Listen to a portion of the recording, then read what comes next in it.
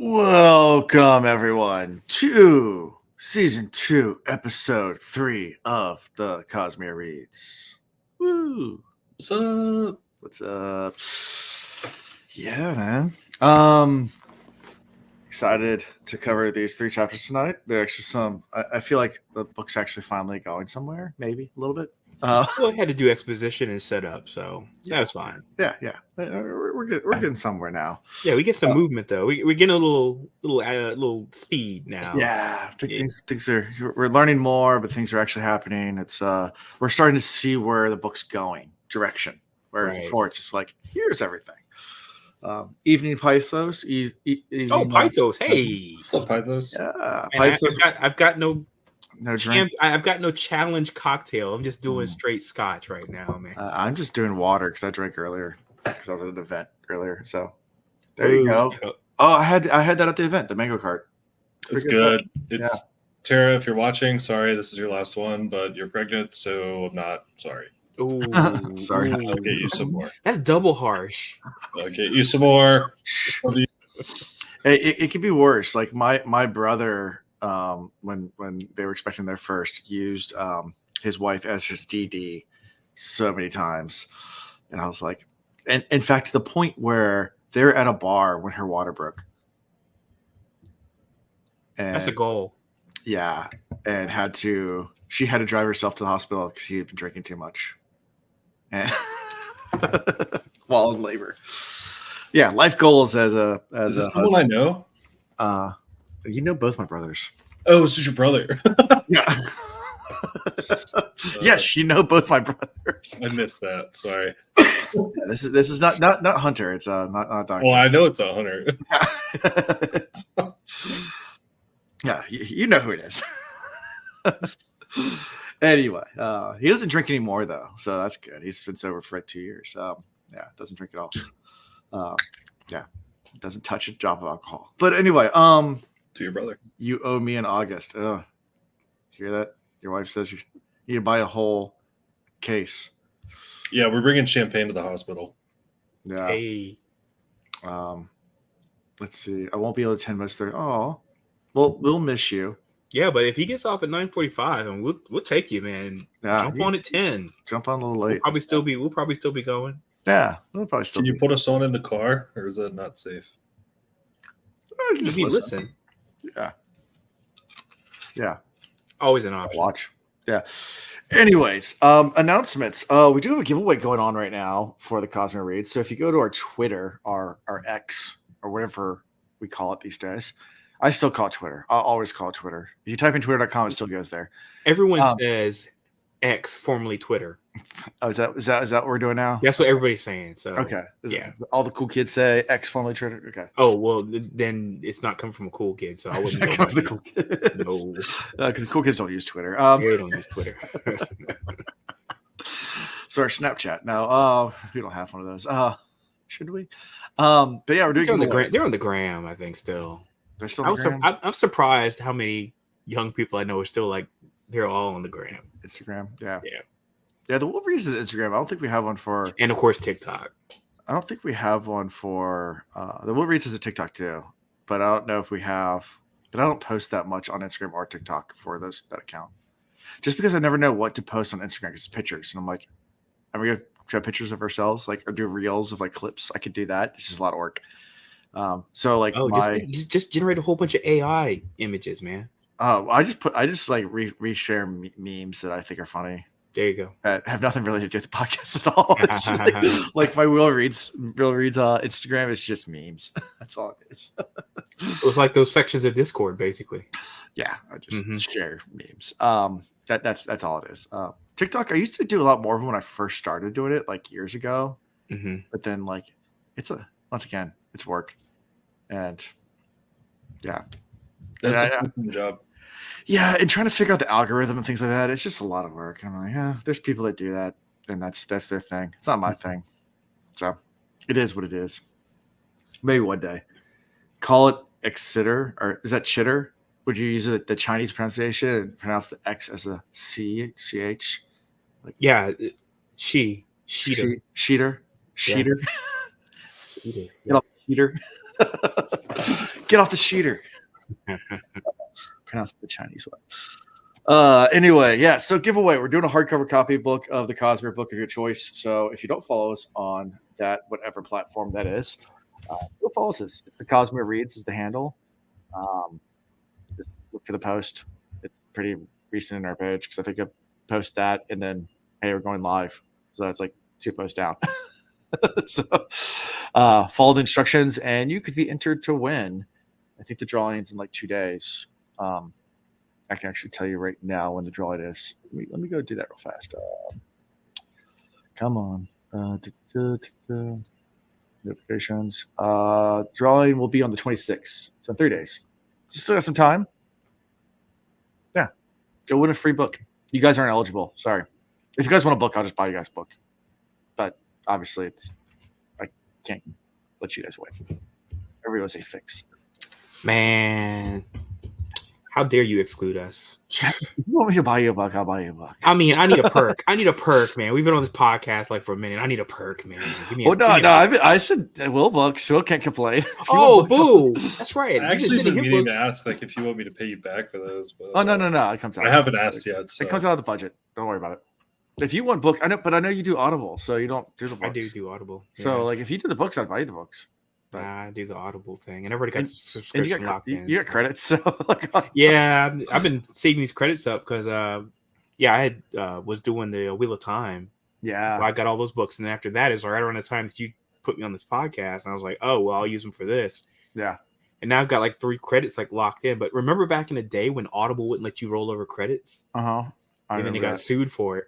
Yeah. So now my credits are stacking up. I'm like, hey, I don't care how long it takes for me to use them. I think they have one because my son and I, we listen to books when I drive him to school every morning. So like I'm buying books for myself, but then I'm also half my Audible now is books for him. So gotcha. Percy Jackson books, and we did the Hobbit. Okay. Which, by the way, the audiobook Hobbit. If you never checked it out. It's the only way to read The Hobbit now. I mean, yeah. The Hobbit has been like audiobooks since like back when I was in school. So yeah, but you know who does the modern one, right? I just know that now they've got like the production values are crazy high. I know they do. Andy Serkis does the voices. So Gollum. Oh wow. Okay. Yeah, that voice actor who does Gollum does all the voices. So it's fantastic. Yeah, it's amazing. Anyway, so go check that out. And then anything else going on in you guys' world? Battling some ponies this weekend. Preakness happened. Memorial Day weekend this weekend. Don't really have a little bit of a long weekend. I'm off on Monday, so yeah. Actually, I actually get the day off because usually we don't medical. You don't get many days off. You get 6 days off, and this is one of them. So gonna go visit the wife in Roanoke. So I'm gonna probably download a new audio book or something that I can listen to on the drive up and drive back. So, cool. Yeah, it's probably fun. Yeah, Roanoke's pretty. Yeah. Roanoke, you can't go wrong. I mean, it's so much better than it was like 15 years ago. It was, now it was rough. There's a bunch of stuff going on there. Yeah, there's that little like district that's by the hospital on the outside, like around the outside. It has like it's all the outdoor bars. Yeah, actually kind of nice. Yep, they got like breweries and stuff. They got things going on. So yeah. Roanoke was a kind of rundown little town for a while, but it was like a little and back when I used to go, it was like a little strip of a downtown. Basically, it's like one like little street, and it had like a couple like little shops and maybe a bar or two here and there. Yeah. Well, we like so my freshman what it is now. My freshman year in college, I went to Virginia Tech, which is 20 minutes away from Roanoke. It's an hour away. Yeah, an hour away. But that was like we would go to town, we go to Roanoke. Like if we needed to go shopping or something like that, there was nothing. Oh yeah. There's nothing Blacksburg. But of course, Blacksburg is built up now more than it was back in the day too. Oh yeah, too. Yeah, but there's nothing. Roanoke was Christiansburg, Blacksburg, like that's Appalachian Mountains. Nothing there. College town. That's all it is. College town. Yeah. So, anyways, you guys ready to start rolling on chapter 8? Yep. All right, we're in Serene's point of view. So, Serene decides to live in the palace instead of her uncle's house. So she makes the command decision that, she'll stay close to the palace. You mean Hunky K? Hunky K. Hunky K. I'm sorry. No, I will never get rid of that nickname in my head. Just use Hunky K. Hunky K. Yeah, actually, what is his daughter's K-Ice? K-Ice. Yeah. K-Ice. I like that name. Mhm. It's spelled like case. It looks like case, but they Oh, pronounce is K. it? Yeah, Okay. so it's Kaise. Oh, I would have never thought Never it was pronounced it K-Ice. K-Ice. Oh, but that's the way it's pronounced in, It's on the, in in the the audiobook. Yeah, Yeah. and Brandon Sanderson does work with the audiobook readers about pronunciation, Oh, I'm unlike sure. unlike Wheel of Time, where Robert Jordan didn't. So like they pronounce the names differently every book, which makes it really confusing. And those things are so hard to pronounce. Yeah, but he works with them, and then of course Brandon Sanderson being Brandon Sanderson, like all of Mistborn has two ways of pronouncing everything, all the names. Oh, Because apparently the way they pronounce it in world is different than the way that it's meant to be written about. Because it's like written from the outside looking in. So like everything in world is pronounced with French pronunciations.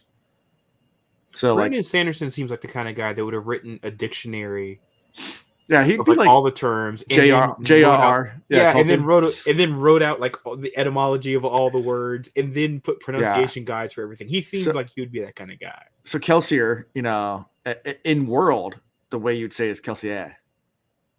You did the R with the like the French pronunciation. The French, okay. But the way it's pronounced reading it is Kelsier. So That's the way it's pronounced in the audiobooks. and that's the way it's supposed to be pronounced according to Brandon Mhm. Sanderson. But if you were in the world, it'd be French pronunciations. Oh, okay. Colbert versus Colbert. Colbert. Anyway, so yeah, decides to live inside the palace. She sets up an easel to do some painting. Starts making copies of the wall hangings, which actually gets the king aggravated because he gets mad about everything. Iodon's kind of just like he's like a little bitch. Like, sorry, but He has no patience for her whatsoever. no. Like He's the tree's like, done, so he doesn't care about her. Like it's like, I know, all right, he's like, I don't suffer fools. He's Yeah. just like done with her. Yeah. yeah, and yeah. I mean, her presence is tolerated by the king at best, but like barely. He's Actually, he doesn't seem like he gets really a lot of joy from anybody's presence, really.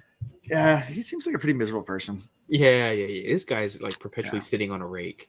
But her strategy is interesting because she's like, if I just play really dumb, eventually he'll get tired of getting mad at how stupid I am and just won't question me whatsoever. But it says so much about how stupid he is. Yeah, that's a good As point. we find out later on, she tries to play stupid with somebody else, and even though she wins the battle, he's like, "You're not that dumb." No, he sees Hrathen sees right through it. Right. Yeah. So she playing it, but Yeah. Right. So and then of course Serene and Ash start to discuss, the king's disposition and about his prospects of being able to stay in power, and they start talking about different ruling factions and we start to learn a little bit how the power structure works in Eredal, and it's very much a he who has the gold. I think we talked about it last week a little bit, but it really starts to drive that home in these chapters. That because we learned that Iodon, was not a noble blood. He was just a really rich merchant, so he was able to hire enough mercenaries to make himself king. He was in the right place at the right time. Yeah, but yeah, he was just a businessman. Mm-hmm. We get to talk to Luke Kell for a little bit. We learned that Luke Kell was friends with Raiden before the show took him. So there's that. Best friends. Yeah, they're best friends. And talks about how great he was. He was like, glowingly talking about him. So yeah, there's a really big loss there. Yeah. Yeah. How he was just one of the greatest guys ever, but the king didn't like him either because he always had idealistic ways. And that the people loved him. The people loved him. Yeah. And he would often go down to the poor districts and complain to the king about the way they were being treated. And the king always hated it. And then he had that one, was it, I can't remember the whole deal. How did it work out? It's like one day he could go in front of the king and like just lay the king out or whatever. Yeah. But I can't remember what was the circumstances around that. So there's laws that have been written that allowed him as crown prince to do that. Oh, okay. Because if you're invited so he would go in there with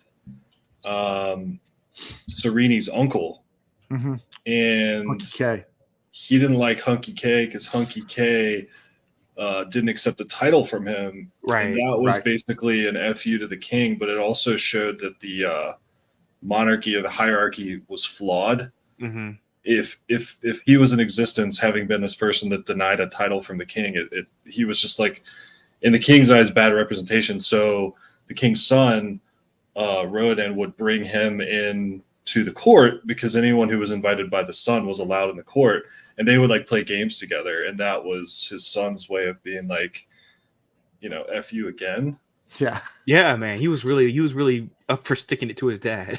Yeah. Right. Yeah.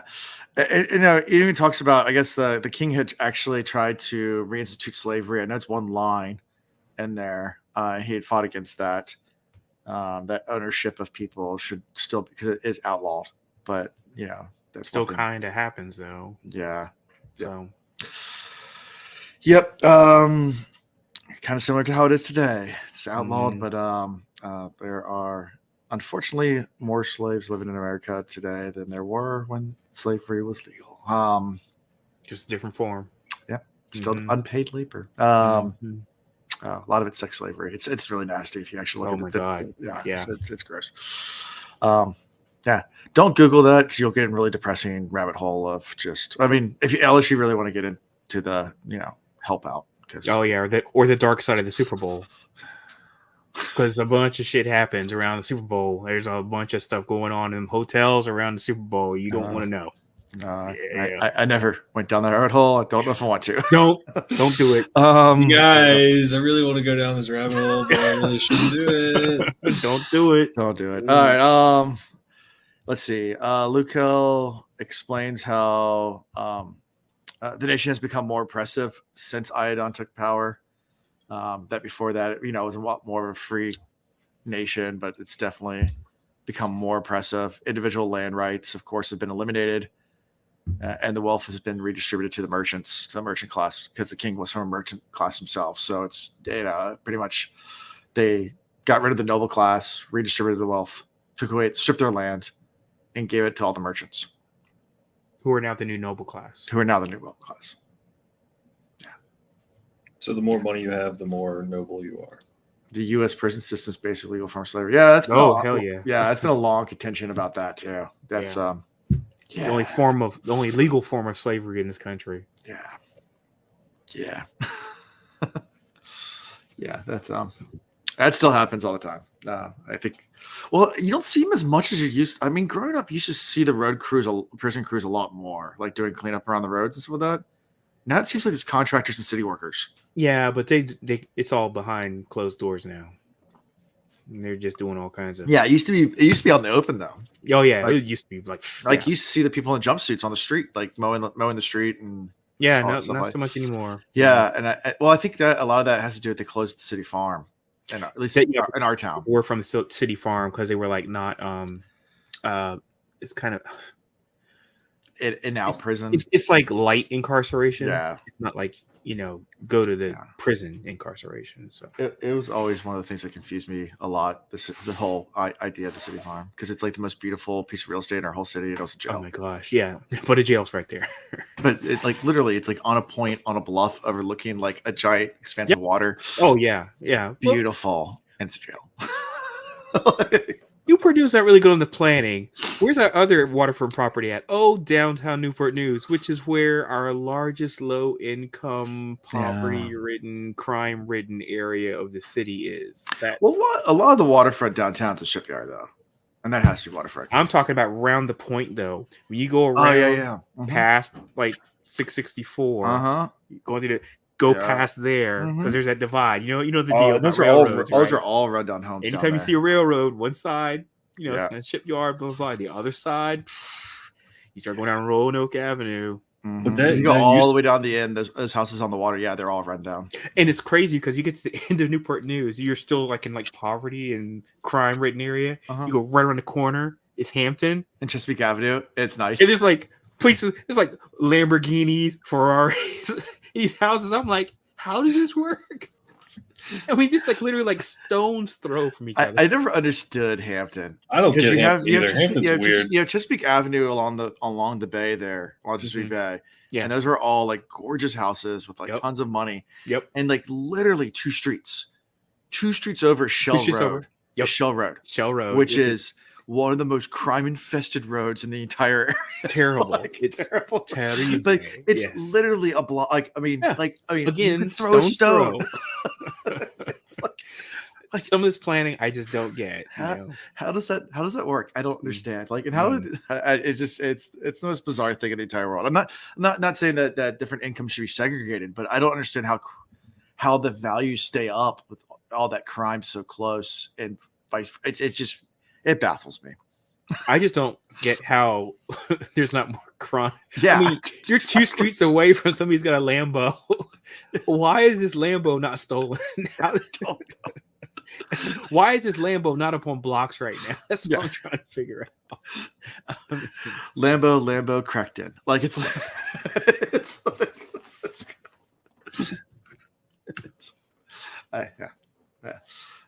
Detroit suburbs are like that. I believe it. Yeah, well, this isn't even like 3 miles. This is like 30 yards. Yeah, it's like 30 yards away. I mean, we're saying stone's throw. I mean, literally, we're talking stone's throw. It was like I could literally I could stand in front of a really rich house, throw a rock, and I'm hitting somebody's like cracked in. Yeah. It's that close. Kind of crazy. It's weird. Yeah. It's bizarre. It is very bizarre. Anyway, enough about Hampton Roads and how we could talk about this forever. Man, we take some side tracks, don't we? Sure. When we get on the like Newport News Peninsula stuff, all of our listeners know from here. They never want to come here. Yeah. What are you guys talking about? We are not going to be on the tourism board. We're not selling it well. So. Oh, I love Newport News. No. I was talking to and now we're on the tangent about Newport News. I was talking to someone at the shipyard. Speaking of the shipyard the other day, because I guess they try to petition the city to allow them to build a nuclear reactor at the shipyard so they can supply their own power. And the city said, we don't want a nuclear power plant in our backyard. So they denied it. And the shipyard makes no sense. The shipyard's like, you realize we have 14 live reactors right now in the shipyard. Almost half the stuff they're building is nuclear reactor. Okay. Yeah. Sure. Yeah. It's funny. They know we build nuclear stubs out there, right? It just. I mean, I probably shouldn't say stuff on. I mean, I don't work there, so I'm not under any disclosure. But there's like no, but half that stuff is public knowledge. I mean, it's not like it's secret. Yeah, I mean, like on the crane right now, Enterprise is being built, the new Enterprise aircraft carrier, and the nuclear reactors hang in the air right now above it. Because they've had people call it 6 and they haven't been able to put it in. So it's been hanging there for a week. A live nuclear reactor just hanging in the sky in the crane. like that has to be safe. Hey. Anyway, so I think it might be in now. That was like early this week. But the new boats look so crazy, funky, weird. Those new carriers. There's new cruisers and stuff. They look so odd. Well, the new aircraft carriers do too, because they don't have the cable systems anymore. Yeah, I mean, but the whole thing is just odd. It's like, you remember the Top Gun movies where they had the cables that would catapult them off? Yeah, catapult. Yep. Now they use pneumatic air cannons to shoot the planes off. So they're all like futurist. It's they're different. Yeah, they're all different now. Anyway, where were we? We were talking about Serene. I think Serene's about to go to Hunky K's house. Yeah. We talked about the distribution of wealth. That's how we got on this topic. We're talking about the distribution of wealth to the merchant class. Luca also discovers about past rivalries between the merchant guilds and the Latrians. How they used to be at odds with each other about who provide. Because I guess the Latrians would come in and provide free food, and the merchants were like, "Yeah, you're cutting our profits. Stop doing that." Right. There's you can only provide so much. You have to provide just the basics, but we get to provide all the high dollar stuff that we can charge. Yeah. Don't cut us out of our work. Subsidizing. Yay. Yeah. So Serene also speculates the Airline population will revolt over the poor treatment because they still remember freedom not too long ago. So, if the peasant class still continues to get treated worse and worse, that she feels that there'll be a revolt. Because the freedom's not been it's so recent in the past that it's moving too fast. Too much change causes revolt sometimes. Yeah, unlike Fordell, who's been under harsh conditions for like ever and ever and ever, and they'll never revolt because they've always been Subjugated. Yep. Yeah, Luke Kyle then compares Sereni to Raoden. That's what he reminisces about him. And that's where we talk about Luke Kyle undermining the king's authority, and Honky K undermining the king's authority. We already talked about that. Then this is so we're at the point where they go back to Honky K's house for lunch. So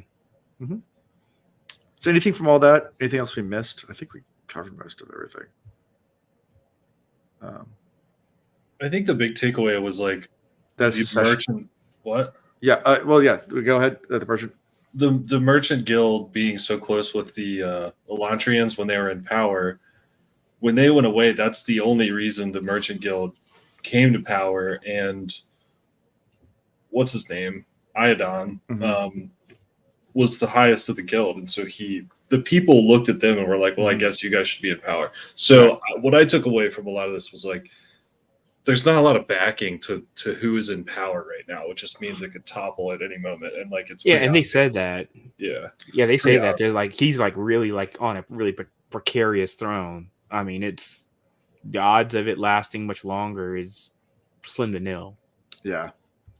Yeah, and there's a succession war it's about to be brewing because after Iadon's gone, Raedon was the only heir, so he's now gone. So there's a power of action. There's a void and he has no friends. No one likes him, he's in a bad position. Yeah, who's got his back? Nobody. Mm-hmm. And we talk about that a little bit too in this chapter. I think a little bit with like the Duke Royale and the other guy, the other merchant who has a lot of money too, and they talk about how much money they have. The guy who dresses all ornately. Yeah. With the purple birthmark. Mm-hmm. Oh, the purple birthmark on his face and his neck. Right. Okay. Yeah. I think that's in this chapter, right? I think that's later chapter, but it's later chapter. Okay. Anyway, they all I could be getting confused though. So. Yeah, that might be in the Hrathen chapter, but anyway, they go back for lunch. Over midday meal, they discuss various schools of art. Let's see, and that's where they decide to go visit the wall of Elantris and climb up to the top. And they remark how it's interesting how like they built these giant walls, but they're not. They're stairs on the outside, so there's like no defensive purpose besides just looking pretty. Right. Because the Elantrians were so. I wouldn't say full themselves, but they're so like no one would ever be able to invade us, so we're not scared of anything. So they even had these big grand staircases leading up to the top of the walls from the outside. They thought they were like impenetrable, and as a force, which I get. I mean, they could do magic if you had the magic, and you could basically like sustain your entire city without running water, or electricity, but still had water and electricity everywhere. Yep. I mean, you just think it's like. I mean, it seems like we don't know much about the magic, but if they just thought it and drew it in the air, boom, it just happens, right? So exactly. And then at this point, it's when she notices there's a large crowd gathered on another part of the wall, and she's like, "Let's go check that out." And they go over there. It's K-Ice and Dorn and Sereni. And they walk over there and they see Hrathen preaching to Elantrians about Lord Jedeth and his religion and everything like that. And Sereni takes the opportunity to start having a theological debate. Right. But plays the dumb, but sets them up and with fallacies and things like that. And she like does these like arguments in well-timed ways to interrupt right in between his phrasing. Etc. And he immediately goes into like, okay, well, let's have a theological debate. And her whole goal is for him to lose the crowd. And he notices that halfway through, but it's too late because, it's already. Gotcha, bitch. Too late. Yeah, it's too late. Okay. If you're reading this, it's already too late. I could fight that point, but then I have to get into like really deep theological reasoning and logic, and the crowd's already wavering. And if I start going down that route, like I can't win the crowd back at this point. It's done. And they all started even mocking the religion at that point. Like, yeah. And they're all nobles, right? So it's like it's not like the common people up there. It's like all a bunch of noble people that he's trying to like kind of sway into hate, right? Yep. Yeah. So it kind of just ruins everything. And of course, Deloff is like glaring at Serenity like, "I will kill you. I'll cut you." Deloff seems like the kind of person you could see like turning into like a cannibal. Yeah, kind it's of. Like, I just want to eat you. You know, that kind of thing. Reminds me of like characters in like movies that like play the like the deranged, like just like that, like violence type, you know, like like I saw a clip the other day and it just reminded me of this character, like the Green Mile, Percy from the Green Mile, like the guy, man, who's just evil through and through. Yeah. So if you haven't seen that movie, sorry if I spoiled it, but don't watch that movie. Don't watch that movie, people. No, if you haven't seen that movie, don't watch that movie. Don't. There's nothing about that movie that's uplifting. No, it's not uplifting at all. It is like one of the saddest. You'll be emotionally. It's straight up. Where's the clip? Emotional damage. God damn, that thing is emotional damage, though. Seriously, there is nothing redeeming about that movie. No. I mean, it's a good movie. No one comes out of that movie looking good. No, except the guy that dies. It's a good movie. I mean, it's a tearjerker, but it's not a happy movie. Poor Mr. Jangles. Well, Mr. Jangles. Yeah, again, everything about that movie was just shit. I mean, he killed his little pet. And, they brought him back. He does come. I don't care. He tried to kill the pet. What did the pet ever do to you? Yeah, just. Yeah, it's not a happy movie. No, it is not happy. But Tom Hanks, I guess, is like kind of the good guy. Kind of, yeah. It's a Stephen King book. I mean, it's gonna have that kind of weird twist. Yeah. So, yeah. But yeah, he's that character. I forget his name. Brad Dourif. No. In the book, Hrathen's underling. Oh, the crazy guy. Dorn. Deloff. There you go. Thank you. I don't know why I was just thinking Game of Thrones. Just I said Dorn. I was like, that's the name. Wasn't that one of Unky K's daughter's names? Oh, really? Okay, so I wasn't just like making that up then, because I mean, Dorn. Yeah, Dayorn is. Dayorn. Oh, okay, Dorn is also the land in Song of Ice and Fire. So all the confusing names. But he's like standing there talking about like, well, if we can't convert them, then we'll just kill them all. Mm-hmm. But meanwhile, like Hrathen actually like gives a nod of respect to Serenity, like, you know, you won this battle. And he's like, you're formidable. Yeah. Well played. Well played. Mm-hmm. Well played. Hat to you. Mm-hmm. Yeah. You and your shitty art. That's all I could think of the whole time was the fact that she drew shitty art. Yeah.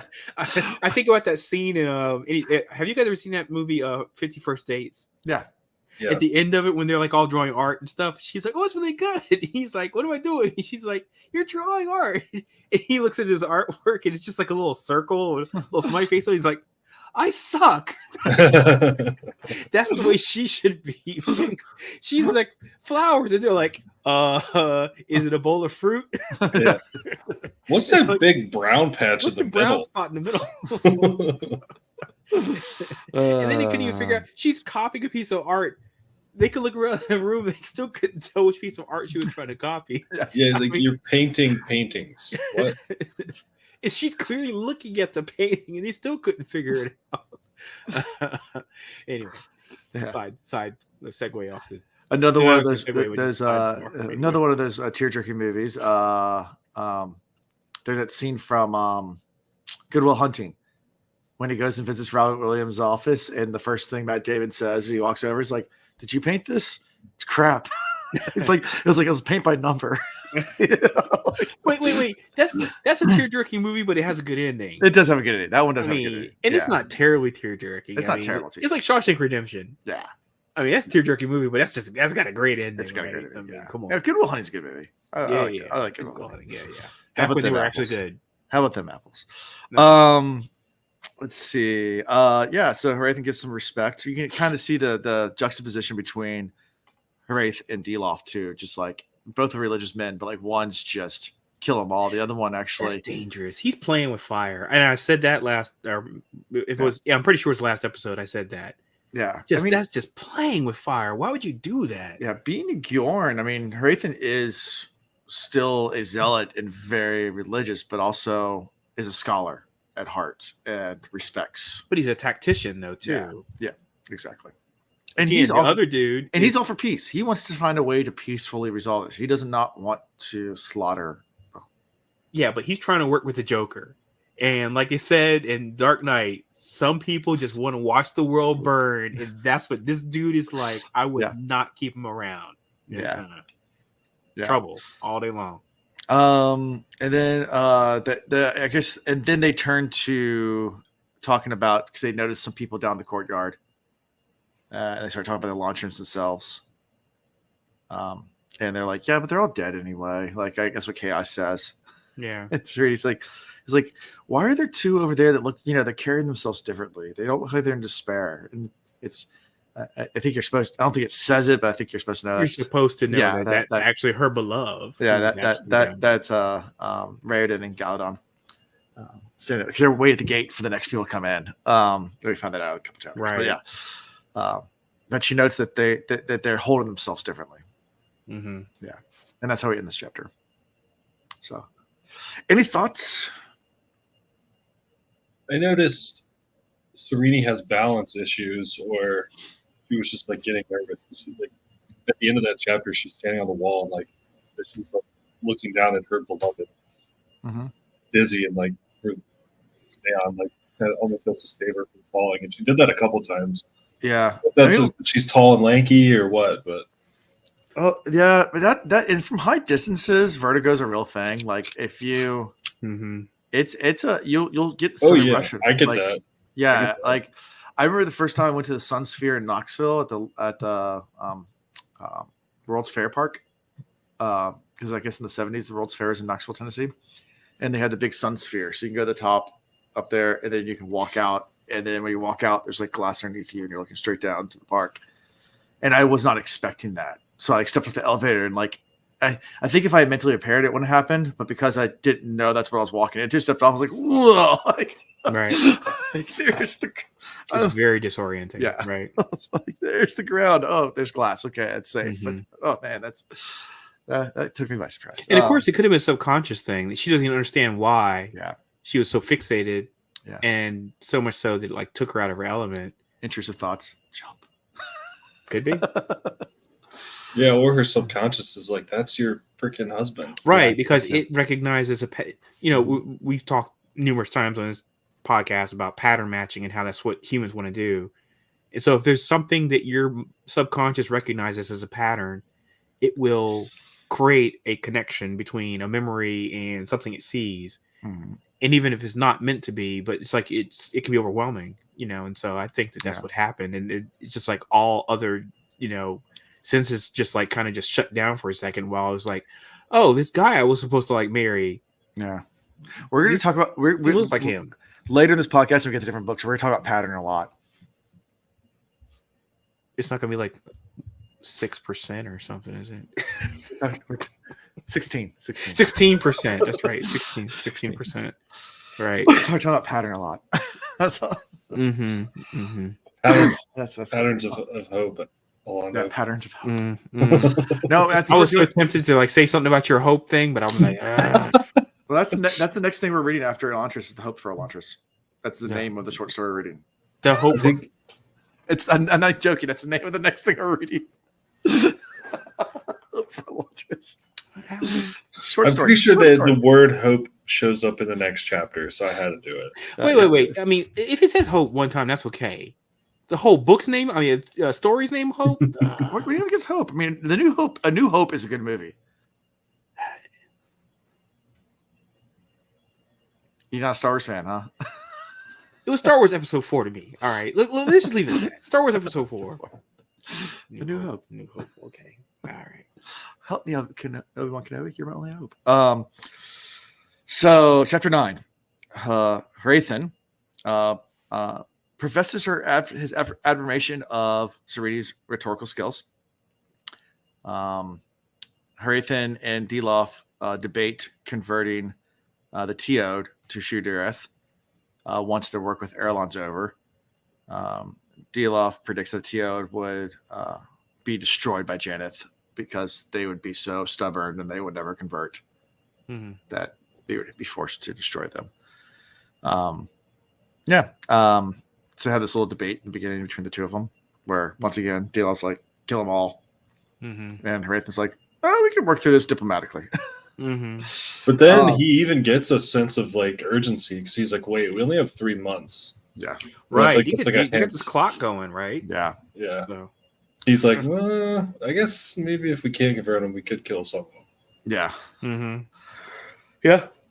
So Hrathen and Delof then go to a meeting in an inn to form an alliance with some of the Airline aristocrats, mostly minor houses, but the powerful Duke Tellery is there. I think that's purple birthmark guy. Yeah, it is. Yeah. And promises power for exchange for nobles converted to Shudurith. So like they're making deals. Hey, you convert to religion, we'll give you our own titles. It's just really reminiscent of buying indulgences from the Catholic Church in the 1200s. You can buy titles, and the Catholic Church will award you.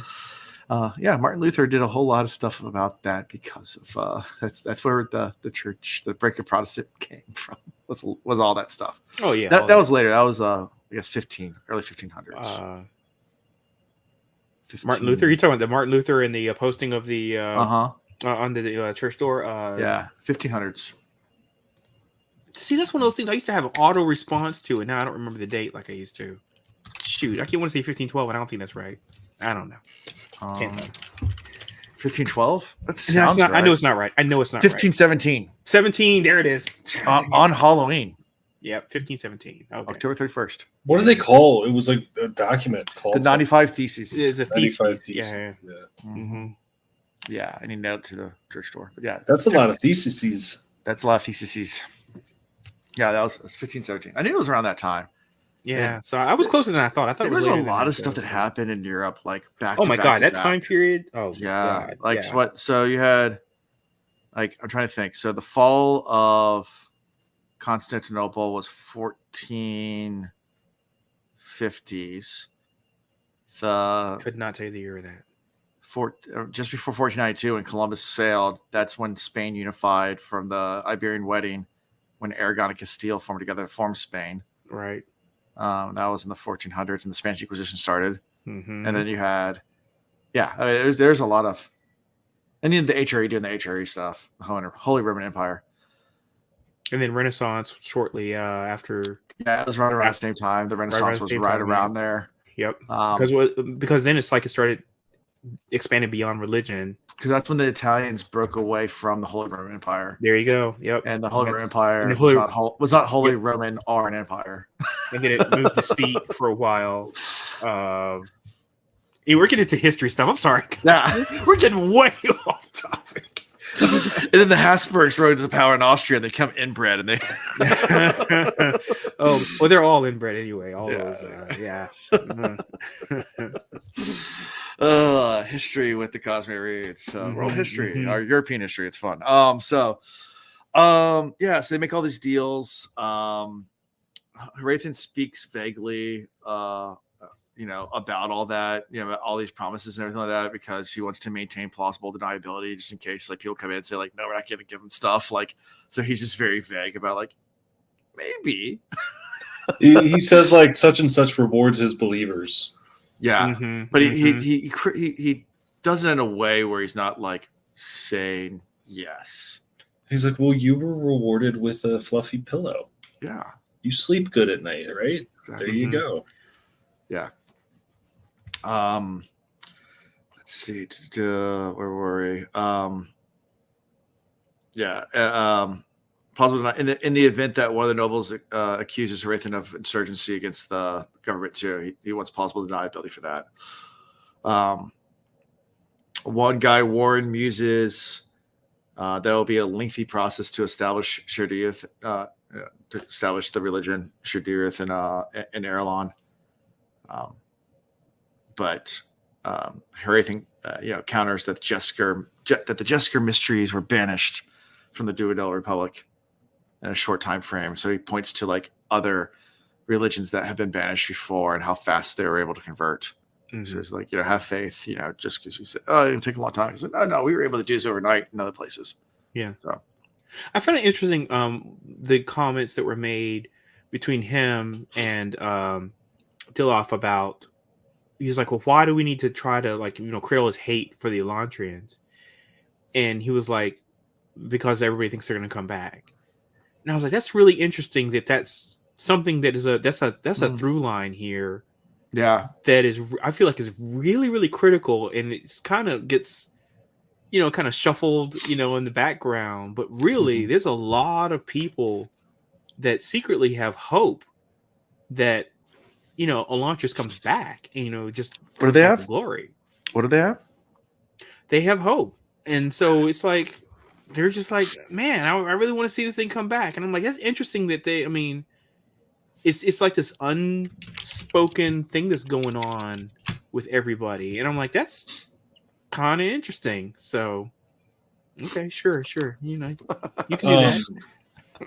I agree, though, completely. Yeah. And they kind of hint at that a little bit later in this chapter. Mm-hmm. But yeah, it's almost like they're before the Merchant Guild came to power, what it was like in those days. And right. Yeah. I mean, but 10 years is not that long ago. No, not at all. Not so long that people have forgotten the good things that came out of Elantris, right? So there's enough there for people to say, man, I remember those days. I want to go back to those member berries. And I think that's the reason why it's going to be really hard to convert everybody to another religion. Yeah. When secretly they're all wishing that this other lifestyle came back, and if there's a possibility of its return, they're thinking there's a possibility of its return. Are you saying they want to make Elantris great again? Mega. We need a hat. Mega. Purple hat. Oh, purple hat. Instead of MAGA, right. it's just mega. Mega. Make Elantris great again. It's got to be like that weird, shiny, of funky skin looking. Say mega. Yeah. Instead of MAGA, it's going to be mega hats. Mega we should hat. make that for our merch. And the letters need to be like glowing. Like neon. Make Elantris great again. Yep. Aeon lettering. Make them big red hats. All right, purple hats. Yeah, purple would work. But, yeah, had the same font though. Like make Elantris great. Mega. There you go. We could do mega hats. That'd be cool. Mega. I had it to that merch. I don't know. I don't know if you will like Elantris enough to buy Elantris merch. I don't know. Look, we're gonna find out. I mean, we're gonna get through this book, and we will see whether or not it holds up. I mean, it's okay. I mean, like I said, I like Elantris. It's not my favorite book. Again, it's so indicative of early writing, early writing, right? Yeah. I mean, because now we've read, Mistborn. I've read his stuff in Wheel of Time. So it's like I can tell this is very early. Yeah, he just hadn't found his voice as an author yet, and he's still working on experimenting stuff. And pacing is off. Yeah, I mean. It is, but that's normal for younger writers. Yep. I mean, you even look at like someone who wrote like a series over the course of their life. So I mean, I go back to like Stephen King, and you look at Dark Tower series, and you look at the first book in the Dark Tower series versus the last book, and the prose and the writing style, and it's vastly different because he's written that series over his entire life. Like he's gone back to it, and it's now wrapped up. But like, it took him. I can't remember how many years to finish the Dark Tower series because you'd write other things in between. Right. Definitely gonna read that at some point in time. I have never read that. Gunslingers. Yeah, I've heard it's so good. It's good. Yeah, so I gotta check it out. Yeah, it's not as normal like horror stuff. It's more sci-fi. But he's written so much stuff that's not horror. That no, he does. I mean, Shawshank Redemption is Stephen King. Green Mile, not Green horror. Mile, Stephen King. Yeah, not just horror. The horror of people. Yeah. He wrote the Kennedy assassination book, 11/22. Oh, the one with the date. 11/22.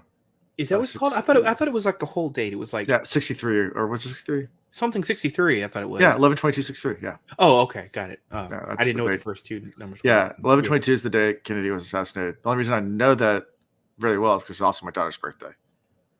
which is weird, but it's like, you know, like when you like your kid's born, you go look at like the historical dates, what happened during the day. I was like, oh, that's unfortunate. Now it's stuck. Like that's your day you're born. So yeah. What about your birthday? Was anything particular on your birthday you remember? Well, so technically my birthday is the same as Thomas Jefferson's birthday, but Thomas Jefferson was on the old calendar before they reconciled the calendar. So it depends on whether you convert the dates over. Mm-hmm. Because in the 1700s, our calendars were a couple of days off, and Right. we changed that at some point. So, Gotcha.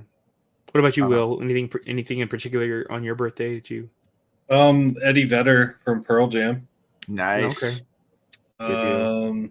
I got to get a bunch of cotton balls in my mouth and start singing.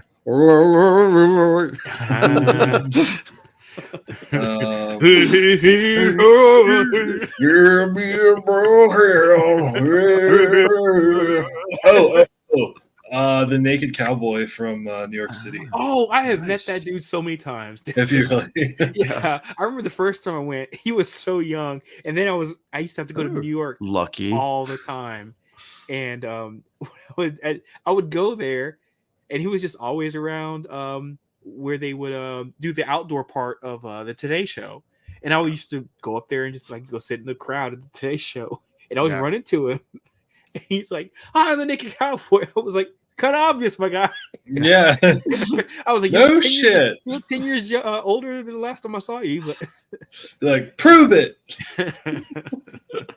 yeah, Awesome. always running around with the red, white, and blue underwear and a guitar and a cowboy hat." Yep. This guy. Yep. Oh, for me, my birthday is the same as Gene Wilder's birthday, Okay. which Oh, I'm nice. always proud of that because that guy loved Gene Wilder. Yeah. My oldest is Bob Marley. Same birthday as Bob Marley. That's cool. So that's a fun one. So anything from chapter 9 before we move to chapter 10? Yep. Okay. No. All right. So we're in Elantris, and Hrathen has a plan. He's like, all right, Galadon, I need you to do this. He's like, He has a plan, but he like doesn't even tell him what to do. He's like, "Just go running." go run. I was running. But he creates a sense of urgency. So like 3 new Elantrians come in, and Galadon runs by. And is like, he has the cure. Run after him. I mean, oh my gosh. And of course they immediately start running. It's like, dude, if you go listen to me right now, everyone's gonna attack you. You gotta run. And so That's right. they take off running without even knowing what's going on. Like terrified. You imagine being like thrown in immediately. Some guy comes up to you, it's like, run now, you're dead. Right. Like, And they got whatever little stuff on them that they're given when they first come in, right? The Yeah. little pack and stuff. little So package, they're just yeah. like just shuffling along. Yeah. Right. Mm. Yeah. So you learn it's they finally get away and they hide or whatever, and they meet back up with Galadon, and then they introduce themselves. So we have Mar or Mary, who is a former housewife. Weaver. Yeah, right. It was like, hey, do you got any talents? She's like, no, it's just a housewife. You're like, can you weave? She's like, of course. She's like, you have talents. There you go. Boom. And then you have Real, former handyman, Builder. and Sauron, who served as a soldier. Soldier. These are Sounds good like a people. name of a movie. Yeah, It's like Tinker Tailor Soldier Spy. This is Weaver, Builder, Soldier guy. Yeah. There you go. Sounds like the start of a joke. A housewife, it a does. handyman, and a soldier walk into a bar. Mhm. Uh, And then his cobbler walks in. yeah. Yeah. The cobbler. Mhm. So yeah. And basically he's like, hey, listen, there is no cure. I lied to you, but it was important because I need to get you guys away because this is what we're doing. Right. We're trying to make we're mega aim here. We're trying to make Elantris great again. We're the mega gang. And you know, orders really to help build a rooftop for the headquarters. He's like, but yeah, we don't have any. I mean, all the wood here is rotten or falling apart. Like, I don't have materials. It's like, we'll have to work on that. You know, but you know, they're at least trying to come up with plans on like how to improve the quality of life within there. At some point, Hrathen and Galadon decide to go visit Aiden's base, the other rival gang member, and Hrathen like looks at him and goes, I know him. He's not some like warlord or anything like that. It's like, or Baron, because I guess he calls himself the Baron or whatever. Right, He's right. like he's not a Baron. His name was Ton. He was a sculptor. You Yep. know, and Galen's like, how would you know? And he's like, I would know if he's a Baron. I know all the Barons, and like, But he's already given himself away twice in this Yeah. chapter because first the soldier, he's talking to him and he waxes on all about, his ruler, and he's like, oh, well, you talking good about him, then we're good, because he was all trepidatious before Right. that. So how does he know all that stuff? So he obviously knows nobles and etc. yeah, Then he lets it go again. yeah. And You then at know. that point, Galen's like, wait a second. Yeah. You said you want to call yourself Spirit, right? And Spirit, that's right. rare. Like Hrathen, like, you're Hrathen? Mm-hmm. And yeah, he's like, you got me. It's like, but don't tell anybody else. The jig is up. And Galen's like, he's like, man, I hate nobles. Like, Yeah, man. he's like, I never want to be friends with a noble. Mm-hmm. So yeah, fun times. And then they start talking, and he's like, well, I told you my secret. We should never talk about our past lives. So how about you tell me who you were? And he takes his sweet time coming up with his story. And then he's like, and when they finally just about to get back, he's like, I was a farmer. It's like, and Raid's like, bullshit. He's like, you're the smartest farmer I know. He's like, yeah, some stars. He has a little story. He's like, yeah, I had an apple orchard because I thought that'd be good. Because I heard apples are better than wheat, and he has this whole entire thing about it. Raid is just not buying it. Yeah, he's like, I used to read books, Cholo. Yeah. Cholo. The way it's said in the audio book, it sounds so Latino the way he says Cholo. And I'm like, I think it's Colo. Oh, Colo. Sorry, Colo. Colo. And I'm like, it's Suli. I'm like, it sounds a little. Mm-hmm. Is it okay? Is this okay? Yeah. I would like the entire Latinx community to come back and say, "Yep, this is okay. We bless this." Yeah. Otherwise, it just feels a little off. I'm like, yeah, it's a fantasy world. This is not our world. Sure. Again, I would like for the entire Latinx community just to bless that I can listen to this book. So and then Hrathen brings up like, wait, I don't see children here. I mean, I've seen children get the shade and like get thrown in here, but like, where are the children? And Galen kind of gets quiet. He's like, Elantris is a tough place. Like, they don't make it. I'm like, what? And Hrathen's like, yeah. And then Hrathen encounters Len. I think it's how I pronounce it, or Ian, or no, his Ian. His right, which I thought for when I first heard it, I thought he said Aiel. I was like, what? Ian, who was his former Seon. Right. And Hrathen reflexively reaches up his hand, and Seon just and then drifts away. And I thought it was going to be like this reconnection thing, like they were going to like touch and like electricity was going to go off. They'd be like, do, and it's like, nope. It's like, nope, that was a hand, and it just floats off. It starts bouncing into a wall. Yeah, like a migrant balloon, just boom. He's like the depressed android. He's like Marvin from Hitchhiker. Like Marvin, depressed android. Yeah, life sucks. I know. I love everything that what's his name? Alan. The guy that plays Snape. What's his name? Al Kirkman. Thank you. Yeah, but everything he always plays, I love. Yeah, and he was perfect for that voice acting role. The depressed android. Yeah. Oh man, he was the best. I love him. They built the AI, and they wanted me to mimic you. The reason was they wanted me to mimic human emotion, but the only emotion that every human shares is depression. Therefore, I'm a depressed robot. Yep. Yeah. Because every human is depressed, so I'm all depressed. Oh man, he's the best. It's like, and I love he has like this oversized head and oversized appendages. No courage. just lumbering along. It's like the Eeyore of robots. Oh, I didn't even thought about that. You're right. He's the Eeyore of robots. It's great. Classic. I like it. We can laugh about depression. Oh yes, yes.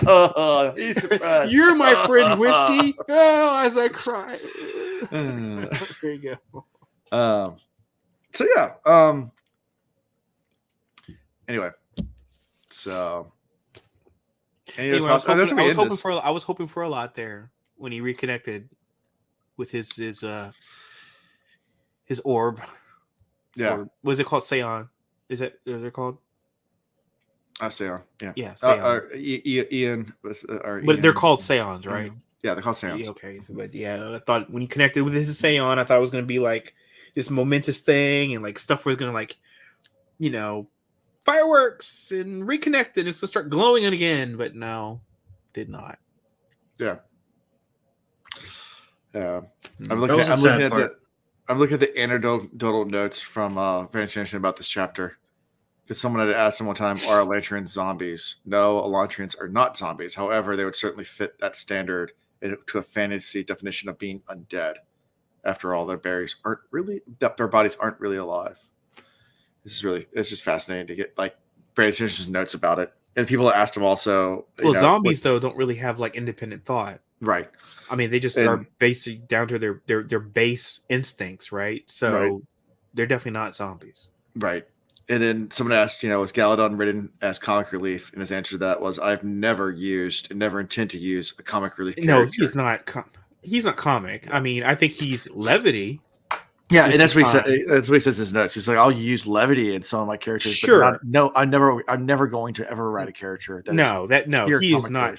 He is not a Disney sidekick. This guy is basically. He is there just to provide levity in a very harsh environment. Yeah. But no, I never thought of it as comic. Says in my mind, Galadon fits the most basic definition of a humorous character, but that's just his juxtaposition. It's not right. He keeps it lighthearted so that way he can make it through this like oppressive situation. Right.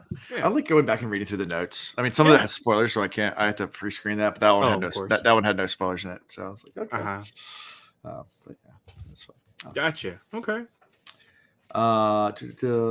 Is it up in the Cosmere Reads Discord channel? What is this?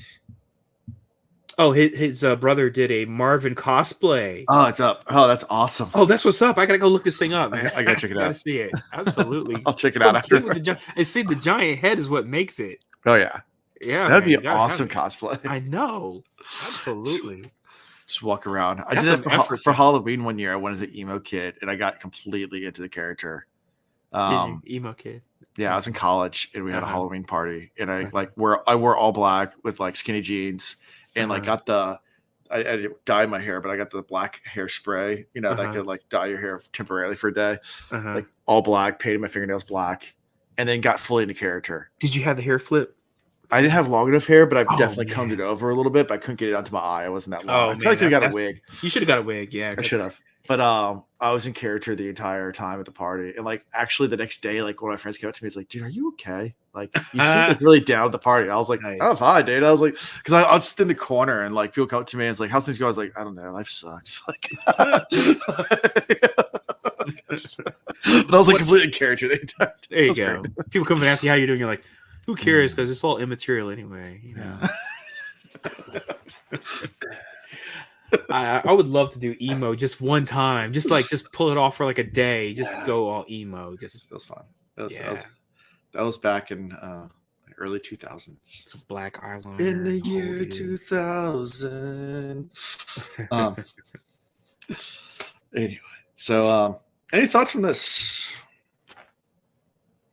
Nope. Nothing else really add. No.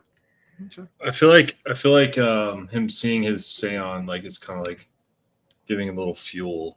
Made him sad and angry. Well, we've had 3 near connections. I mean, 2 near connections now. Between Sereni and Hrathen and Ayin. And so I feel like it's like it's teasing that a bit. And I found it interesting, but I feel like we're a lot further away than we think we are. That reconnection happening. It's I think it's too early in the book for it to happen. So Okay. I think he's just teasing it out there. It's like, hey, look at this. They're actually all in the same area, but it's gonna be like a bunch of misconnections, you know. Okay. Kind of thing. That's what I feel like it's gonna go for a little bit. Yeah. Interesting. Yeah. Sure. Yeah, I didn't have any other time. theory times. I thought I was gonna have like more theory times. Yeah. I have more theory times than what I've already proposed, but Yeah. I gotta look up my favorite character. I can't remember her name. Favorite Chaos. oh, favorite character. Let's see. I think that's who it is. Chaos. Wait, did you just take her? No. Who? You said you covered her name, and I was trying to think of girls besides Serenity inside this chapter. I was like, Chaos. That might have been. I didn't take her.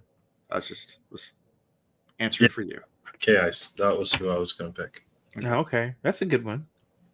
Yeah, I just like that she can speak so many different languages. She seems really smart and sharp. Yeah, she's on top of her ish, right?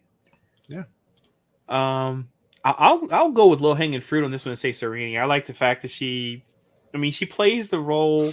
The thing is, though, and I'm going to choose her for now because I have a feeling that is going to run out quickly Mm-hmm.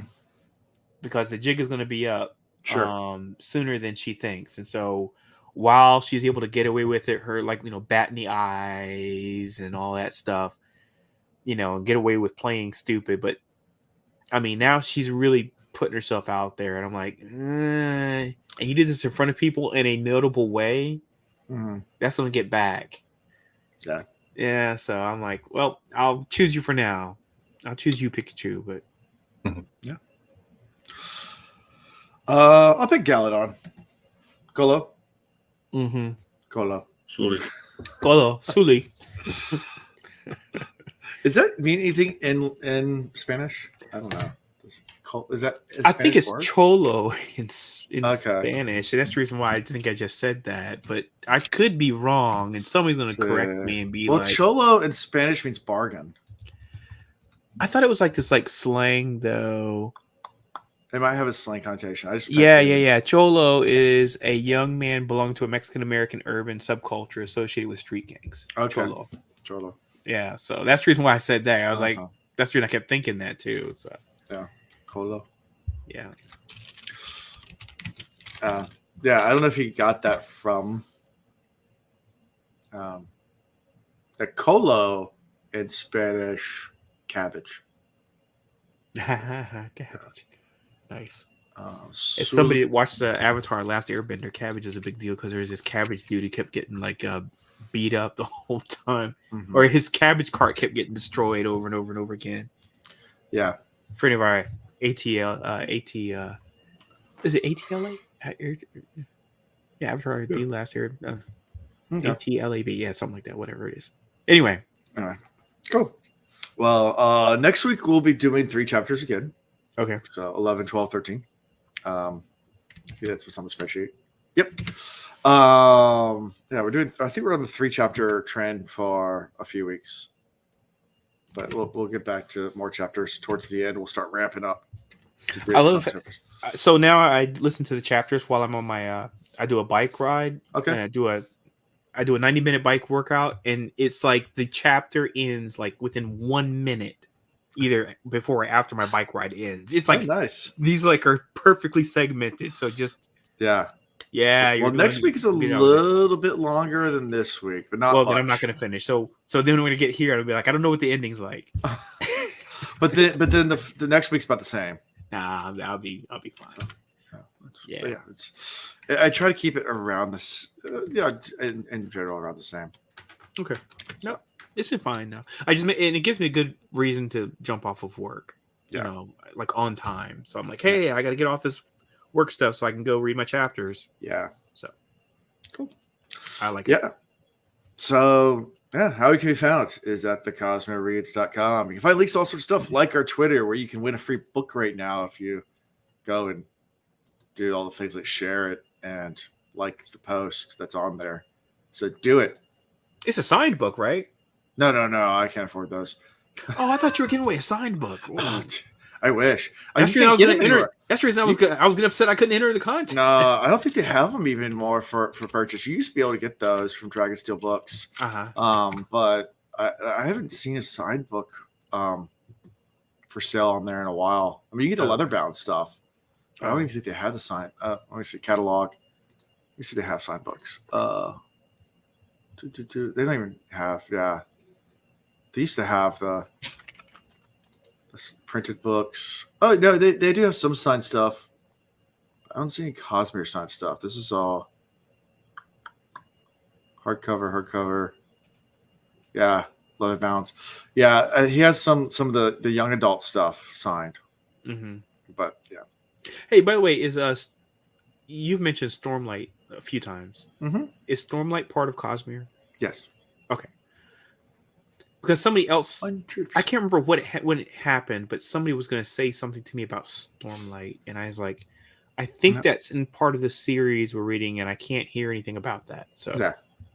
Now, Stormlight is kind of the grand opus, the center story of the Cosmere. Okay, gotcha. So I just to make sure I got that right, because I was like, don't say anything about that. I was like, we're gonna be reading that, and I can't have any. Stormlight is Brandon Sanderson self-admittedly is like his masterpiece. That's we're gonna get there. We're starting that right after this. Oh, okay. Oh, after we do the short stories after this. Okay, I thought so. I was like, I know you've mentioned it before, but I was like, I hope I wasn't getting confused that it wasn't in a different series or something. But it's definitely part of Cosmere, so got it. Okay, which is the reason I think I'm just going to get into just downloading all of the books, and having them in Audible. That way, I mean, there is non-Cosmere Branson books, but most of his non-Cosmere stuff is young adult. Wait, so you're saying that most everything that he's written is in the Cosmere universe? All stuff he's written for like grown-ups, but like he has kids. Wow, that's shocking. So all the stuff he's written is related to the Cosmere universe. Not all of it, but most of it. Whoa. I'm trying. I think it's up to. I think he's written as much. There's a Daniel Green video the other day, and I watched the whole thing. But I think he said there is as much Cosmere works now, and some of it's short stories, so he counts that too. Mm-hmm. But there's as much written Cosmere works as there are MCU movies. So, like the short stories that were like in the book, because we had that. Mm-hmm. Book that we did a few from Mistborn. We did one short story out of. So the other short stories in that not related to Cosmere. Oh, all come out. Those are all Cosmere. So you can read. So because I remember we'll sprinkle those are on our list of things to cover. Okay, because I remember we only read it's like 1 or 2 chapters. I can't remember what it was. Yeah, it was the one about Kelsier's backstory. Kelsier, right. Yeah, with his trainer. But I know you told us not to look at any of the chapters. Yeah, because like there's like the Hope for Elantris is in there, which takes place after this. Like so, there's cool. It's great. So the Arcadium Unbound is a collection of short stories from all the different parts of the Cosmere. So like it's not meant to be read through like a normal book. It's meant to be a supplement to go back and forth into as you're going through. But it's basically kind of like the last book that was written for Wheel of Time. That's actually the prequel. It sounds like that's the way that Arcanum Unbound is. Then it's kind of possibly a book you read at the end, but really it gives you prequel information. But some of the short stories are meant to come in between some of the books and stuff like that, like timeline order. And so it's you end up bouncing around a lot. Some people will do it that way. We'll just read all through Arcane About after they've read through everything else. The problem is he's still putting out more stuff, so it's not like nothing's done yet. All right. So yeah, the only things that are adult, the Legion stuff and Frugal Wizard are the only adult non-Cosmere stuff. So okay, got it. So like this book, Legion, by Brandon Sanderson, which I have not read, but it's signed. So that's good to know. So for the most part, if it's a Brandon Sanderson book that someone's talking to me about, and it's a book we haven't read yet, and I know it's not Wheel of Time because I know the Wheel of Time books, I have to assume it's Cosmere and the Frugal Wizard's Guide to medieval Europe, or is it medieval England? That one's not Cosmere. and then there's the Legion series. There's a whole series called Legion. Okay. Which is not Cosmere. But everything else if it sounds like it's for kids, then it probably is for kids. Like Alcatraz and the Evil Librarians is a whole series. and that's Okay. not Cosmere. That's for kids, like Harry Potter. I mean that age group. Got It's it. good for that age group. Not like Young young adult. kids, but Got young it. adult. Okay. Okay. So Thank you for the clarification. Appreciate it. Yep. Sorry, Yeah. you were doing your sign off before I got you completely that's all right. off track again. Go to the site, sign up for free books, and like, subscribe, all that fun stuff. Yeah. So until next time, guys. Thank you for watching the Cosmere Reads. God stinks, God stay fresh. God stinks, God stay fresh.